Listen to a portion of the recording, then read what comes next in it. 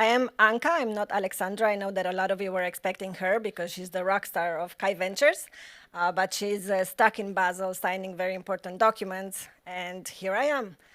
But we're going to have fun nonetheless. In case anyone in the room doesn't know, Kai Ventures is a VC fund and startup accelerator focused on quantum startups.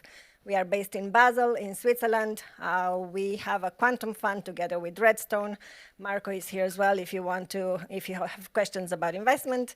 And James, he should be here as well, my colleague. He can answer questions about the accelerator later. Okay, enough about me. So do you guys mind introducing yourselves? I think you can do a much better job summarizing what you do than me. So Olivier from Quantonation. Hi, everyone. Yeah, so, okay, let's keep it that way. Olivier Tonneau, I'm not associate, I would say partner. It's a wrong translation from French. So Quantonation is an investor dedicated to quantum technologies. We have been around for 5 years. Now I'm currently managing 165 million. Hopefully we'll reach 300 by the end of the year. 25 investments in Fund 1 and starting investing from Fund 2, already 4 investments. And so we are strictly investing in quantum, but worldwide. Thank you. Stuart? Yes. I'm Stuart Woods, Chief Operating Officer and Strategy Officer for Quantum Exponential. We've been around for about 2.5 years. Once again, also another 100% quantum fund. We've done 7 investments, including OQC, and Universal Quantum. Little different, our strategy is quite detailed. We do a third in quantum computing, a third in quantum sensing, and a third in network and encryption. So we divide it up quite categorically from that standpoint. Thank you. Francesco from Runa Capital. We are not a quantum-focused, solely quantum-focused fund. We also do more boring things. But we do a lot of also things in computing and in quantum in general. So we are investors in quantum computing, sensing, communication, and all these interesting things. We have invested 3 funds so far, and we're investing from Fund 4. Early stage investors, I would say from seed to Series A. But we like talking technology, so even early on it's fine. We enjoy that, and yeah, that's it. And maybe the first investor in quantum in history with investment in ID Quantique quite a while ago. Yeah, our history in quantum comes from our first investment in ID Quantique. I was not with Runa at the time, but it was also one of the first exits maybe in quantum. But yeah, so we've been investors in ID Quantique, in Pascal, in many companies with actually Quantonation, most of them I would say. So yeah. Thank you very much, Francesco. And Tom?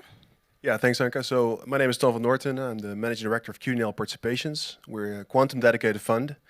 We've only been around for a year, but right now we've 9 portfolio companies building up to 10, so one of the largest quantum portfolio companies in the world. And we're incredibly ambitious and looking to scale right now. So together with my partner, Chet Rigetti, who most of you probably will know, who founded Rigetti Computing, we're now setting up towards a next phase of this fund and hope to accelerate many more companies moving forward. How big is the fund? Right now, the fund is 15 million, 15. Thank you all for introducing yourselves. So today what we are going to talk about mainly is the importance of regulations and geopolitical developments in investments, ethical implications of quantum technology, and investment strategies and outlook, and the influence of investment strategy by developments in AI. I personally believe that Alexandra was quite ambitious when she set up these 3 topics. I think that we can talk about each of them for at least an hour. But I would like to start with the first one. And Francesco, if you can start, this is for you. Can you please share insights on how geographic and geopolitical dynamics influence your investment decisions in quantum startups? Yes, this is a very good question. And so I think it's interesting what's happening in the world right now. We're going back to a world where protectionism it's a bit more important. So I think in general Europe has understood that we can play an important role in quantum. As Runa, we are global investors. We can invest everywhere in the world, but most of our team is in Europe. So as a matter of fact, we are stronger in Europe in terms of network, etc.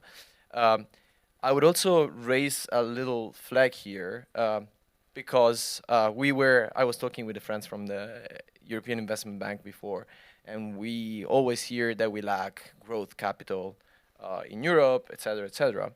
The question is, what are the exit opportunities that we have in Europe? What happens if we close our market to possible exit opportunities out there? So this is a little fact, but I think in general we're going towards interesting years in terms of development of the ecosystem, also in terms of public contribution.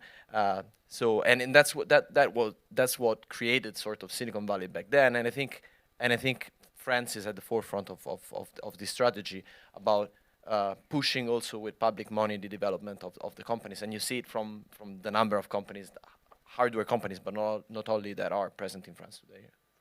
Okay, thank you. So connected to France, Olivier, can you elaborate on how the discussion on regulations in different parts of the world influences your investment decisions? I think it plays in several dimensions.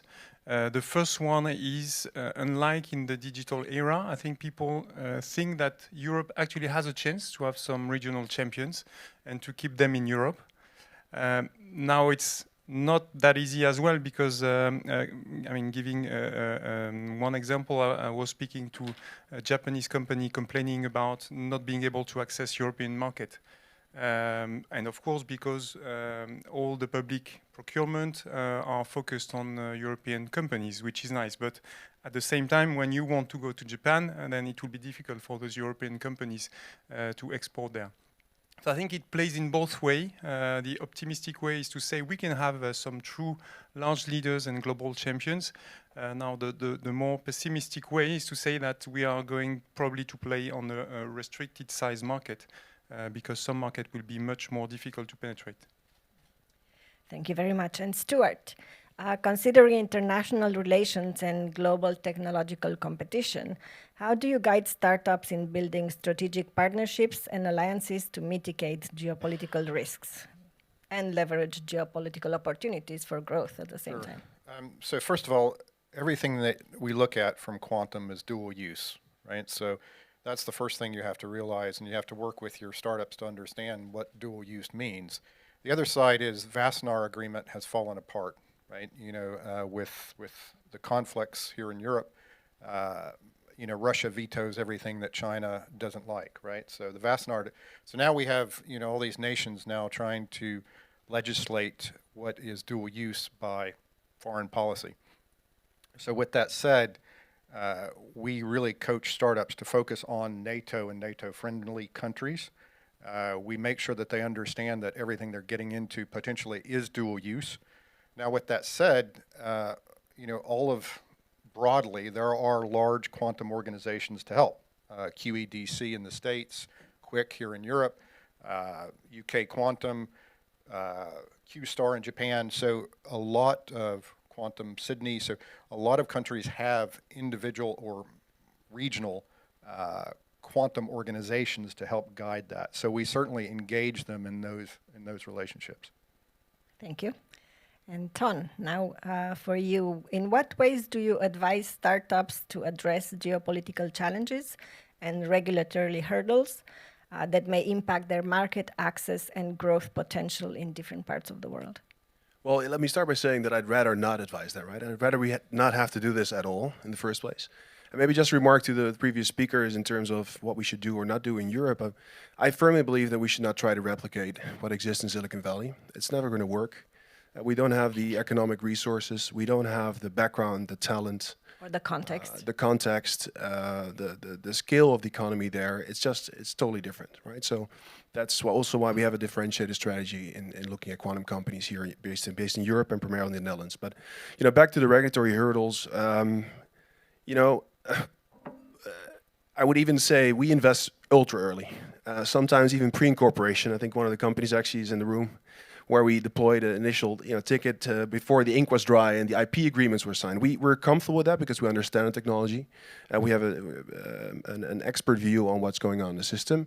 And then in the beginning, we try to guide the companies through some of the major hurdles that we see coming up. One is, of course, that every nation state right now has their own regulatory compliance and investment checks that need to be done up front. So I would say investment screening is part of that. And the other part is just preparing them to have a ownership table or a cap table of people that actually fit and work with that. And so one of the examples actually that we have had in the past was one portfolio company who had a Canadian co-founder and was working in a specific sensitive technology field. And actually that co-founder, for that reason, could not be on the management board, right? So these are kind of like things that I think, unfortunately, we have to take care of. And we try to support the companies best we can. But luckily, there's a lot of examples already in the market now how to navigate and guide through those processes. Okay, thank you. I was at the Quantum World Congress last year, and there was an international forum with a lot of discussions about, mostly led by governments and government representatives. And they talked a lot about regulations to the point where I think that in certain parts of the world, it can become a sort of a micromanagement initiative from the government over the quantum industry. And that, of course, the technology is not even ready yet, so it can really have slowed down a lot of things. So what kind of regulations do we need or we do not need from an investor's point of view? You can answer, either of you. I think the clearest. Right? I mean, the U.S. does a blacklist. That's always easy. I mean, having run multiple companies in my career that treaded between dual use and civilian, whether it's high energy lasers or fog gyroscopes or whatever you want to call it. Knowing where and what you can't sell is the easiest for a founder. In this world today, blacklists help a lot. Okay. By the way, we don't do that in the UK. You don't have a blacklist? No. Okay, you just go. Well, no. In the UK, it's a fog. Okay, that's why you said clear. I understand. I get you now. Okay, Olivier. Maybe one of the difficulties that we have is we will not be able to exit some of the companies to foreign investors.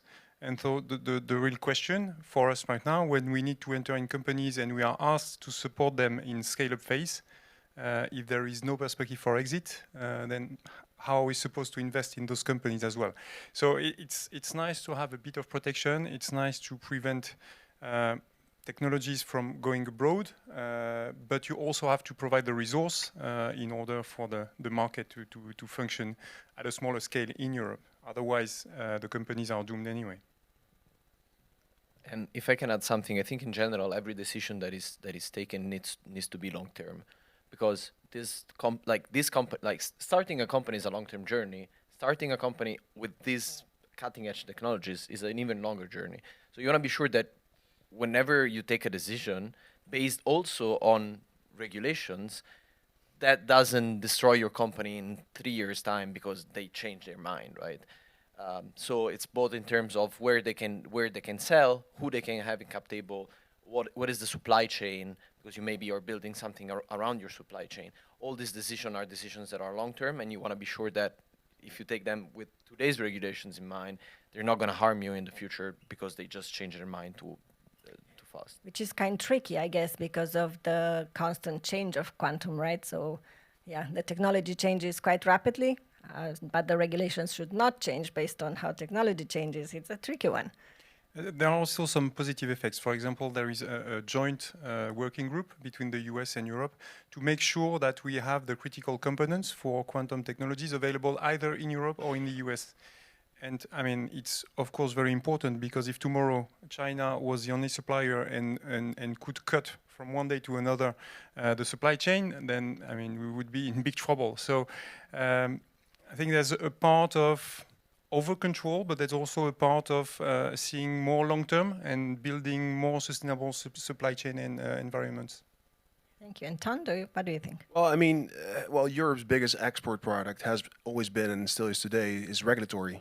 You know, that's the thing that that they do, or that we do, I must say. I'm also European, right? But I hope in the future it will be, you know, fundamental technologies like quantum and have a more open access. But I think the reality is today we have to deal with what it is. I think from an investor's perspective, I mean, our fund has a, you know, a 12-year outlook. So that means the investment period has started now. We can wait a couple of years, right? So what we actually really require, and I echo what has been said here, is we require a more long-term strategy that overcomes, you know, a political timeline of, you know, or a quarterly report from a public company that thinks ahead and gives clarity to the companies to proceed. So whether it's on export control, whether or not you want to, you know, proceed and how you want to proceed, I think everything is totally fine, but there needs to be clarity in that process. I think that's the crucial point. Okay, thank you. Yeah, we have 16 years at Kai Ventures, so it's a very, very long term. And from my perspective, I think that it would be very useful for governments, for example, to give incentives to investors, you know, like tax cuts or something that could support us as investors to really invest long term in these companies. So looking on the positive side, instead of not having regulations that maybe, you know, some incentives or some regulations that can favor growth investments and all this that everybody's saying that Europe is lacking, I think that would be very useful. So yeah, thank you all. Now moving on to the ethical implications, which is a very important topic from my perspective. Ton, let's start with you this one. How do ethical considerations surrounding data privacy, sustainability, anticipation of international norms development, or societal impacts influence your due diligence when evaluating potential investments? That's a very long question. That's a very, very long question. Those are a lot of so topics. how do ethical considerations We're in this influence process the right now diligence? with a potential setup of something else on top of what we have right now as a fund. And, you know, we were asked, what are we going to do? Are we going to create, you know, or which type of regulation will that fund apply to? Where we have like SDR, what is going to be like an Article 6 fund or Article 8 in terms of sustainability? And I think it's getting a little bit out of hand here. Because we're talking about a nascent technology field, in which one thing that we can say it could provide cost efficiency and efficiency on resources and maybe on energy, but I think in this case it's really tough to say anything meaningful about that type of topic specifically. Well, on the data privacy side or other topics related to ethics, I think it's not really our responsibility as investors, but I think that is actually a responsibility for governments to educate, you know, corporations, critical infrastructure, to really think about the applications of the advent of when we'll have some form of meaningful compute that follows up the advanced compute hype that we're seeing right now, right? So I think from that regards, we take it into account, and we look at it we take it into account, but we don't really see that it's right now affecting any of our investment decisions moving forward, to be honest. Okay. Stuart, what do you think? I tend to agree with you. I think, you know, from an ethical standpoint, you know, with regards to screening the companies, it's very difficult, and obviously from a sustainability standpoint, you know, a quantum, you know, dilution refrigerator pulls 27 kilowatts over its lifetime in a year, and you know, a U.S. household uses 11 megawatts, you know, over a year. So, you know, these are numbers that are, you know, they're not orders of magnitude much lower, but, you know, that's really not the point. I think from an ethical standpoint, I think quantum and quantum technologies, and particularly quantum sensors, have the capacity to move point of care and other medical applications to both to the user, to the point of care point, but also have the ability to open up new areas that we haven't seen. So I think at the very least, I think the way we could think about it is broadly, which is what we do, is we look at sensing, quantum sensing, and particularly medical sensing, and we do actually invest in that actively and consider that. Thank you. Olivier, to what extent do you consider ethical guidelines and regulations when making investment decisions in quantum technology companies? So first, we are, as a management company, heavily regulated. So we are regulated by French market authorities. which entail a certain number of obligations. We cannot accept money from everywhere. We need to process anti-money laundering procedures. We need to know every of our investor with some KYC procedure. So that's first level. Second level would be our own investors who can impose some rules on us, and that would be the case for the very large one. EIF, BPI will impose some restriction on not investing in, I don't know, arms or unethical companies. And so that's on the, let's say, more regulatory or constraint side. Now, on the positive side, for Quantonation 1, we have heavily invested in platforms and technology platforms, hardware. And now we think we are coming at a steps where there will be more and more application. We have the machines, they are there. We are starting to use them. And so there will be application. And as Stuart mentioned, applications in, I don't know, medical imaging, for example. So anyway, health, climate take, and quantum has a big role to play in climate. And also new materials, so energy, for example. So it's not something that we can, I mean, formally do or that we can formalize really concretely, but we are going into that direction because I believe that quantum technologies are anyway helping with those ethical considerations. Thank you. And Francesco, what role could academic institutions or industry experts specializing in ethics-related research play when it comes to investment decisions? I think we shouldn't forget that this is not the first disruptive technology that we have, and it's not the first technological revolution that we go through, right? And if you think about the atomic bomb, that is unethical, but then from that research, the nuclear energy came out, and if you look at how France fuels the electricity grid, it's mostly from that, and it's green and harmless and whatever. And the same with semiconductors. DARPA was investing in them to destroy better bridges in Vietnam, but then now everything that we have, it's thanks to that. So I think in general, researchers might be good at providing the positive outlook. Because of course now we think about how we can use quantum technologies to advance in the defense side of things. But of course, as it was being said, there's a lot of amazing things that can be done. And many technologies are dual use. GPS was started like that. I mean, we shouldn't forget that technology is always good. It's the use that it needs to be, and researchers, I think, have this positive, like this ability to look forward and to think to the next generation of usage, not to today. So I think that's where they should be involved. Yeah, I think yeah, yes. Just adding one thing, it used to be that 5 years ago, defense was a bad word in investment, and it was considered something you don't want to go into.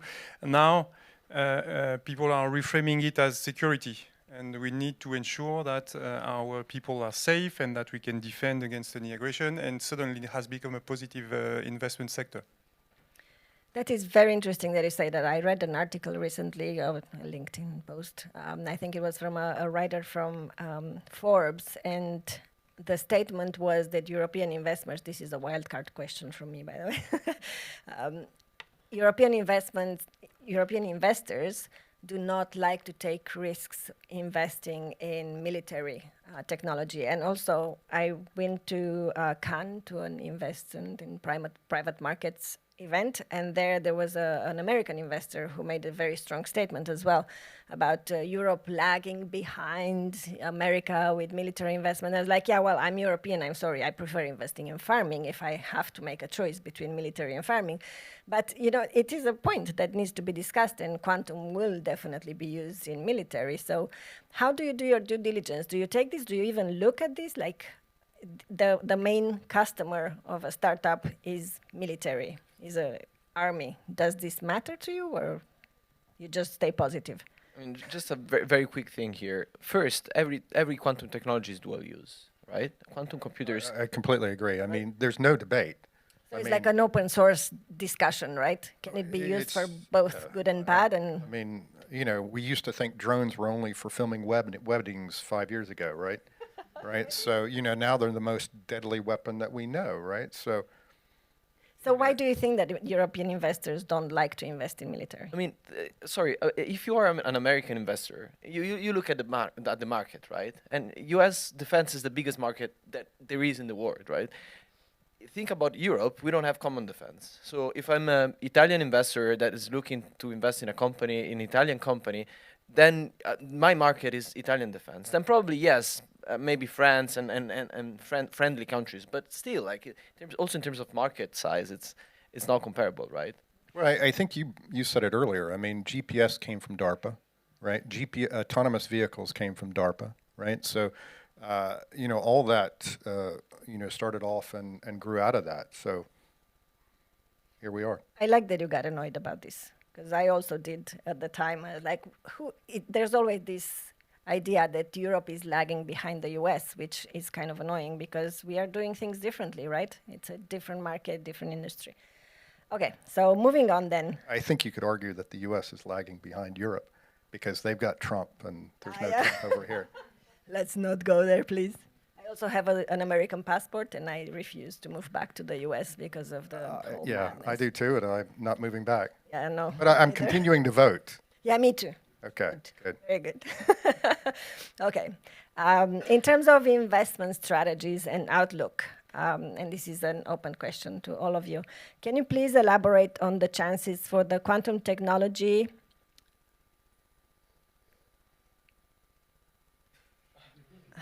I have to rephrase this a little bit. Give me a second.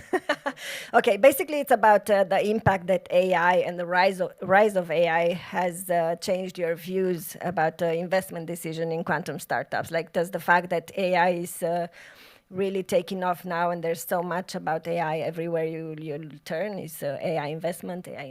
So does this impact in any way your strategy in investing in quantum, Ton? No, not at all. Okay. I think it has actually merely positive outcomes for our outlook. We are quantum only, so we're not looking at AI specifically. But what we do know is that it's very costly to get these companies up and running and keep them up and running.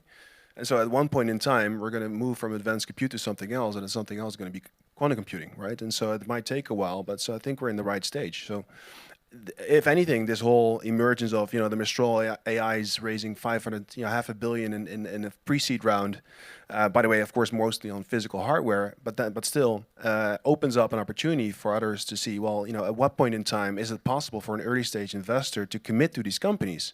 If you wanted to today in AI, you're lost. You're gonna, you know, we're talking about trillions of investment. And so in quantum, you know, we're sitting here, a couple of investors that actually look at quantum technology. In total, there's only been 400 investors, 400 plus, that actually have a portfolio, are building a portfolio of quantum computing companies. And so I think the opportunity that actually helps us with our investment thesis and our investment strategy, that the time to invest is now in the next 5 to 7 years, so it's actually sooner than later. So it just supports the strategy, I would say, for early stage investments. I mean, just a quick fun thing. I think this group of people has been in the VC panels already 4 or 5 times.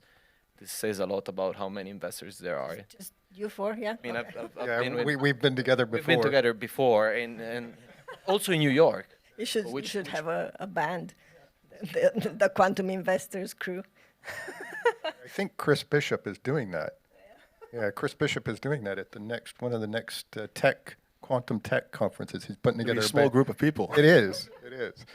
Nice. I think he's looking for a drummer, by the way. I'm being serious. Okay, that's funny. Okay, good to know. We'll advertise it on LinkedIn later.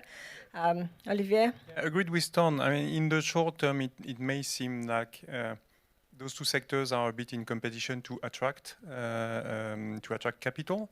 But at the same time, I was in the US last month, and everybody was talking about how to get into an AI deal. And every AI deal is at least 1.5 times more expensive than any other. So there will be some people who will get disappointed. So that's for the investment side. Talking about more industrial side, I think those two sectors will converge at some point.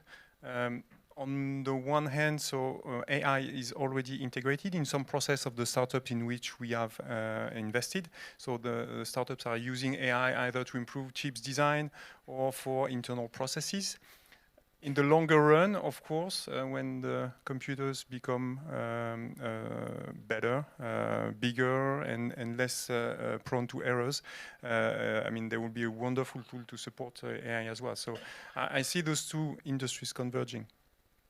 I was going to say from our side, we don't consider it. I mean, I think about it, we're probably about 1997 when I compare it to I lived through the telecom boom. So, you know, if you had what was the dot-com boom is really the AI boom. And if we take quantum as the telecom boom, you know, with telecom, we ended up with $50, 50 euro per month gigabyte Ethernet to our home, right? So we ended up with real tangible changes in the infrastructure. I feel the same thing with regards to quantum, and you can look at them, you know, separately. Wonderful. Thank you. We still have 10 minutes. Do we have any questions in the audience, maybe? Okay. I'm going to jump in now because this is somewhat related to what you all just talked about. But aside from AI being something that, you know, might be competing for investment with quantum computers, how are you thinking about the market risk of AI? For example, how good does AI have to get that the benefit of quantum computing is, you know, not significant? Or is this something you're thinking about? Well, I mean, I'm majored in organic chemistry.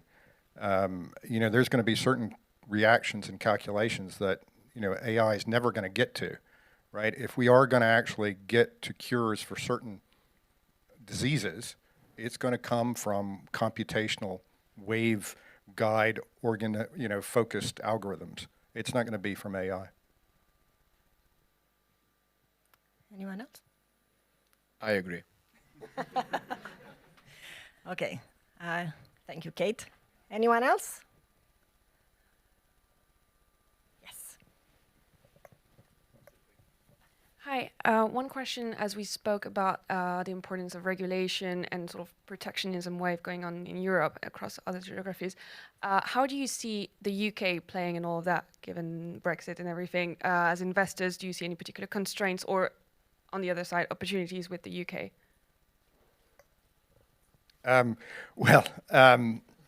So the UK is complicated, right? Not only I was going to say tricky.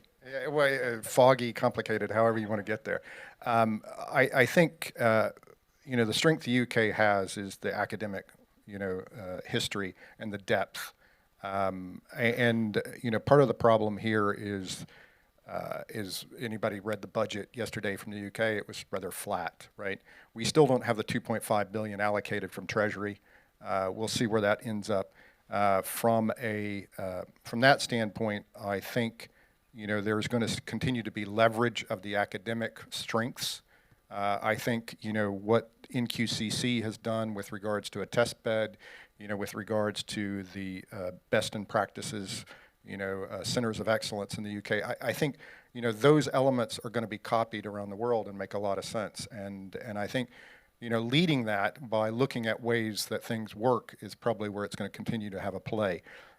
There needs to be a reform in the financial sector for it to really make a difference from an investment standpoint.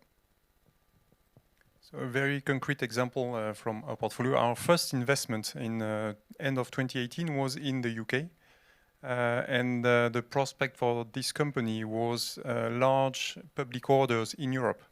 And that's what the first market that was available to that company. And after Brexit, it was not anymore. So it's been a bit complicated.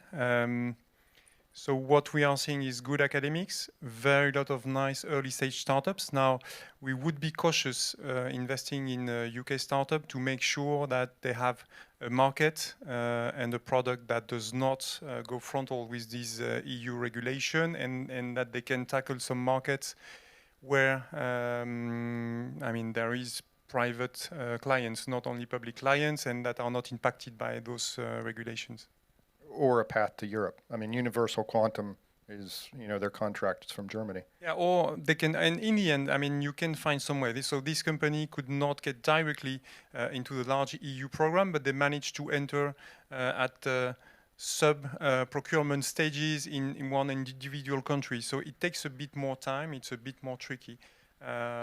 So this has to be taken into consideration when investing. I was just going to add one more thing. Navy X is quite an interesting program, right? It's sort of targeting off of like DARPA. They've already started to navigate ships with quantum sensors. So, programs like that will still start to have a play. I have a follow-on question for you guys. Do you see problems in not capital but talent, like attracting talent with all the regulations in the UK? I think there'll be a challenge in continuation of talent. Absolutely. I've always been a big advocate for the apprentice program in the UK, which, is a bit like community colleges in the States. And that plays a good path. And, there has already been recognition that, the working through apprentice programs can be applicable to quantum. So I think it depends upon where that starts to develop. Thank you very much. And as the last question, and thank you, Olivier, for the hint, but I think it is an important topic to put on the table. Last week, probably all of you went to Dubai and met... To Dubai? Yeah.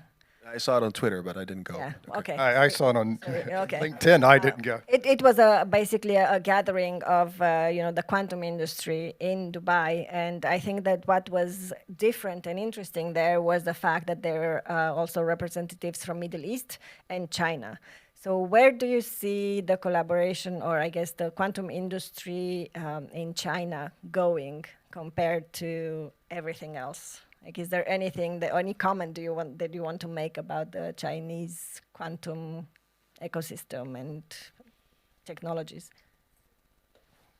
So it's a bit of a black box for us. Well, first, we cannot accept some Chinese investors because otherwise it would hinder our companies in their development, for example, in the US, which is, of course, the largest market for them. So no investment from China. Now, looking at, can we invest there? We could, but the startup ecosystem is not so much developed, so I don't see many startups where we could invest. I think it's mostly happening in the state labs and also in the large corporations such as Alibaba, Huawei. So it's not much of a playground for us. Nevertheless, I think they are making a lot of progress. You have, if you look at scientific publications, they are catching up, or even for I don't know, communications, for example, maybe even in advance. So it's something we watch from far. It does not impact us yet so far, but it will at some point. It's probably the biggest threat that we face. I mean, I think some of you probably have read about the consolidation where the Chinese government has moved equipment, specific equipment, from commercial entities to national labs and national institutes. They are consolidating their efforts and they're making great progress. I think, whatever numbers you see, they're outspending the US 30-1. We can't even count the numbers. I think it is something that we have to pay very close attention to. Well, no, I mean, the last time I went that direction, I think it was like 15 years ago, trying to pitch for the ADIA, Abu Dhabi Investment Authority. Probably every investor that I know has actually been there, which is also the reason why we didn't get any capital was Sequoia and Benchmark. They were also lining up to get money from these guys, but I think they had like 7 trillion under assets under management, something like that, or 70 trillion or 700 trillion. In regards to this technology field, I don't see I don't feel there's an opportunity for any of us to participate in any of these activities. There's an enormous amount of money, of course, in the Arab countries and in Saudi Arabia, but I don't think that is a direction that, at least not a direction that we're going to look at specifically. So I echo the comment earlier. I think for us it's going to be a focus on NATO, both from a company investment side and also for getting limited partners and investors to our fund as well as the initial alliance. Okay, thank you, Francesco. You're good. I mean, I think it's tricky because there's while there are certain countries like China that are a hard no, right, and for many reasons, I think there's a part of the world Arab countries, think also about India, that are not allies, are scary somehow, but are trying to be as independent and neutral, at least on the technological point of view. So there is the temptation of saying, yes, maybe China no, but like UAE or. So it's tricky. It's tricky. I don't know how it's gonna look like in some years. Again, not knowing how long term the regulations are, I probably wouldn't risk. Our job is a long term job. So, but you know, other people are willing to take the risk. And with that, thank you very much, guys, for joining and taking the time. And I really appreciate your inputs. Thank you all for being here. And especially thank you to Stuart, whose birthday is today. And he traveled all the way. So for this occasion, we have a little...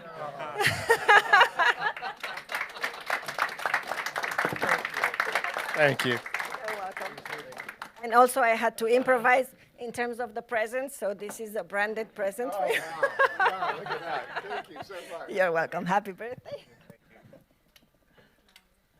And enjoy the evening. From what I know, Juliette, now we have a photo with, I'm sorry, guys, but we have a photo with the women. And I must say that I've been in the deep tech industry for 14 years now. Ton knows me. We've known each other since forever, it feels like. And it's really amazing for me personally to see that there are so many active women in the quantum industry. It's very inspirational and it's very cool. And yeah, I love it. So on that note, ladies, follow Juliette to take a photo with all the women that are participating here. Guys, you can reshare the photo on your profiles on LinkedIn. And have a wonderful evening. Thank you.